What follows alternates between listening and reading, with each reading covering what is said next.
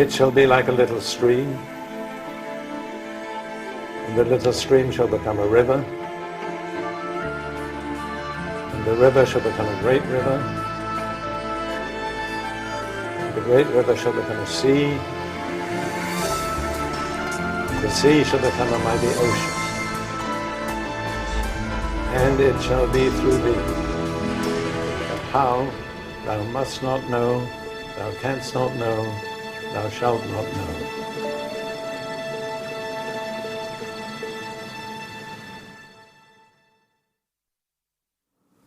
My earliest memories were on the steamer coming from India to Britain when I was age 5, must have been 1920. And I can vaguely remember my mother telling me not to climb on the various pieces of equipment on the deck.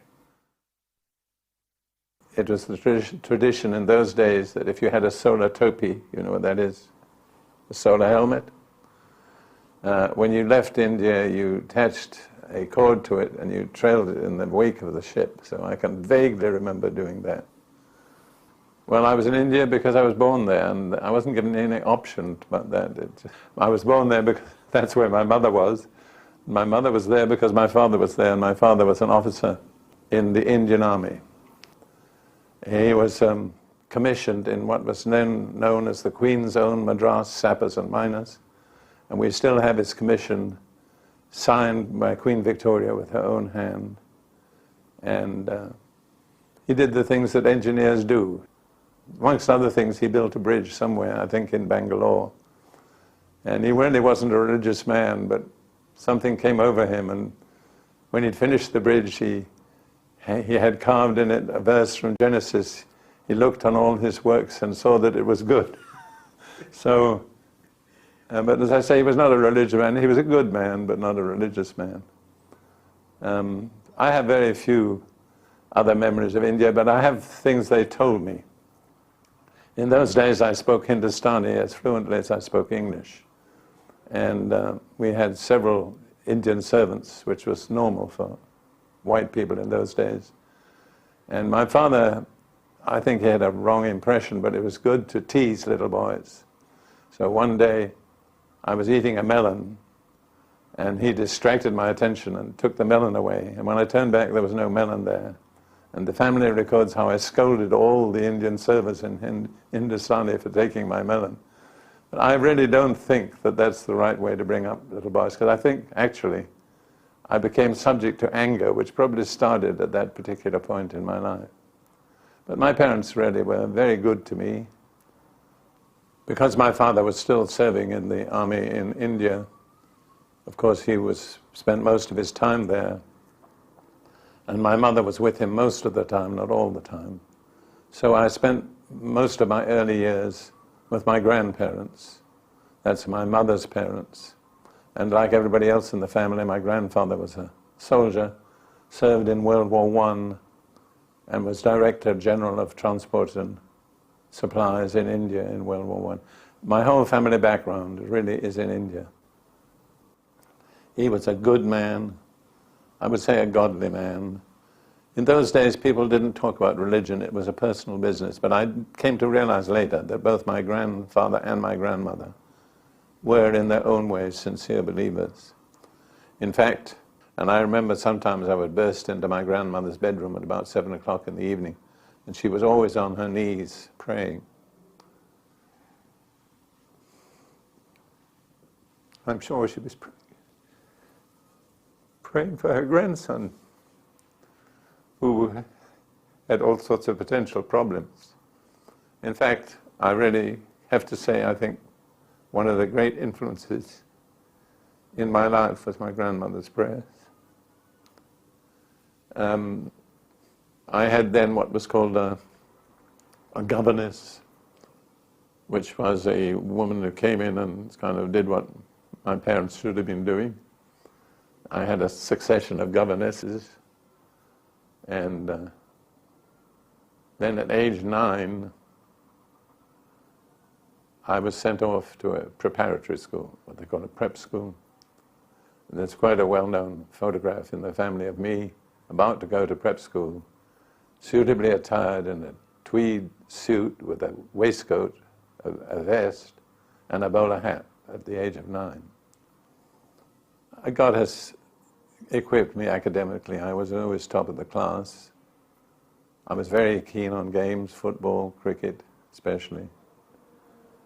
At the age of 13, I was entered for a scholarship examination for Eton, and I was successful. So at the age of 13, I entered Eton as a scholar, and there were about 1,100 pupils in those days, but there were 70 scholars. The number 70 was maintained exactly because every year they took in 14 scholars, the top 14 in the examination.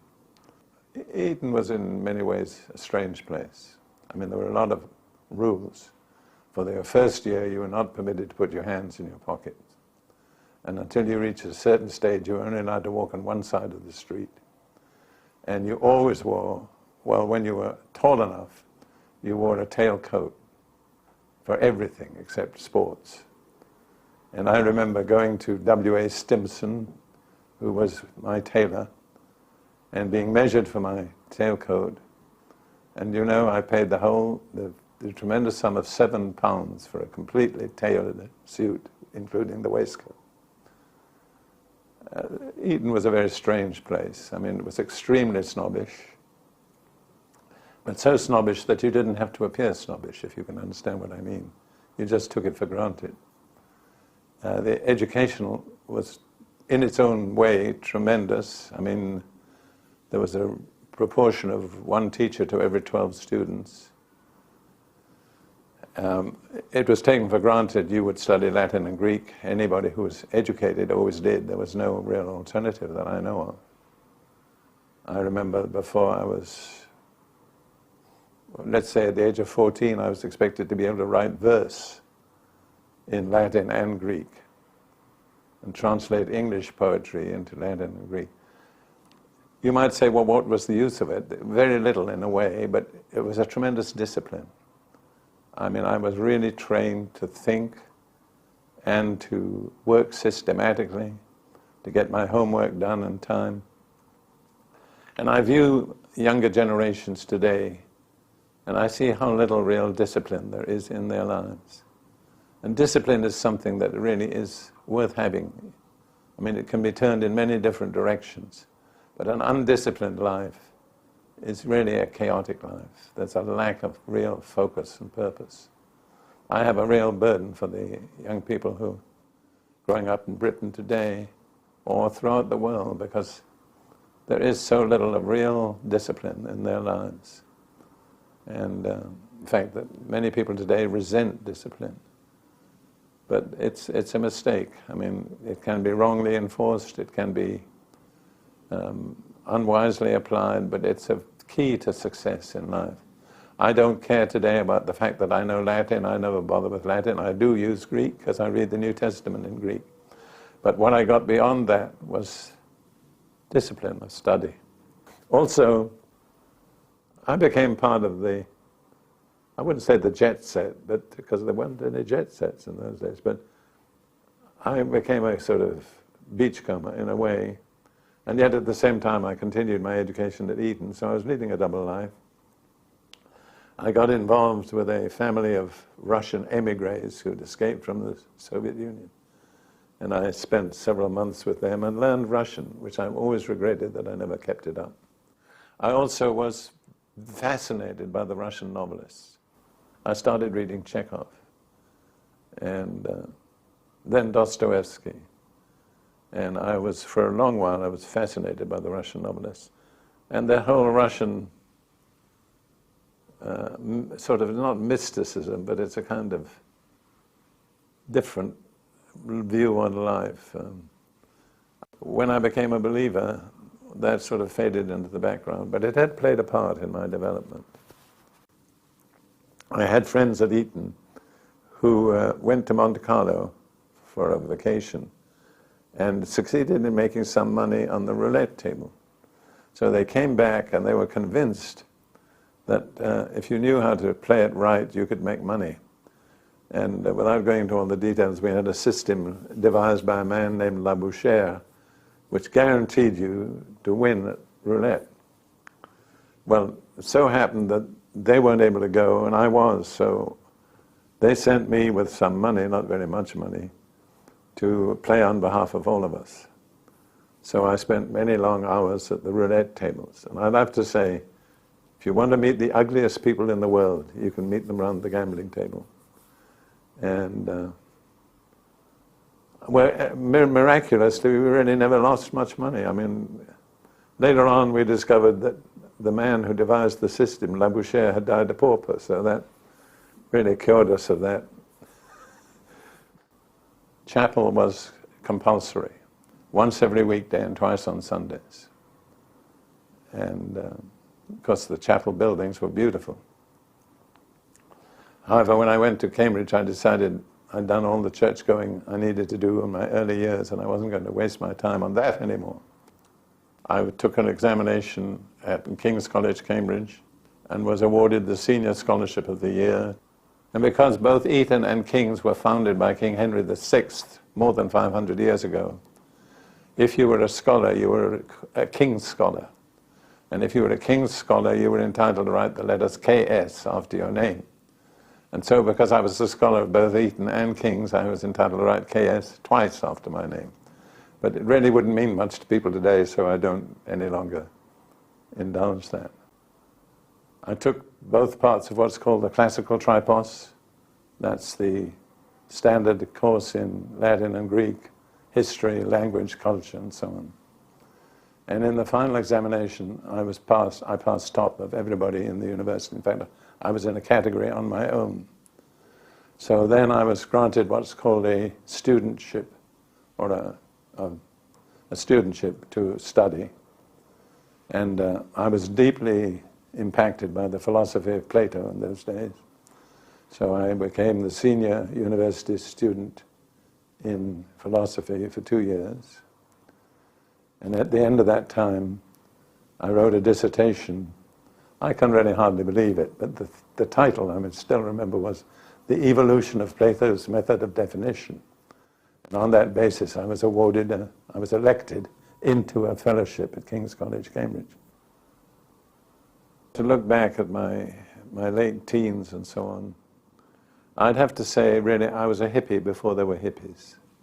And much of the motivation of the hippies and those who followed them was my motivation. I was dissatisfied with the status quo. I couldn't improve on it, but I didn't really want to become part of it.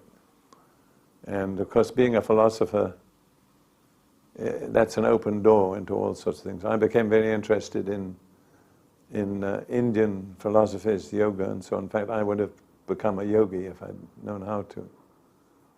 So I was like, today there are millions of people like that.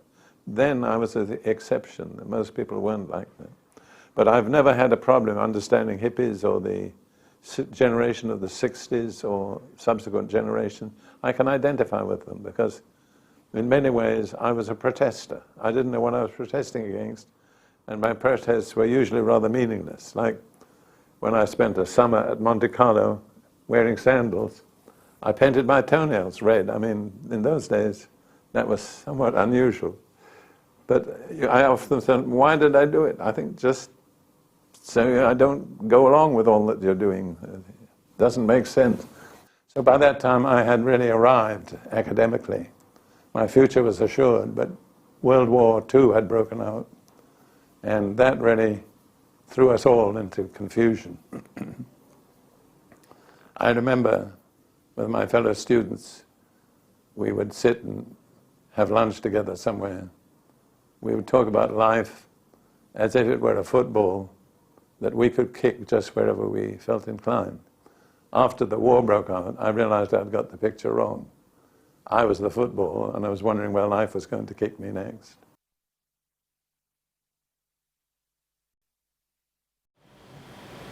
DPM verspreidt Derek Prince Bijbelonderwijs wereldwijd in meer dan 150 landen en meer dan 60 talen. Wilt u ons helpen dit prachtige Bijbelonderwijs beschikbaar te maken in al die talen? Ga dan even naar onze website www.derekprince.nl voor meer informatie. God zegen.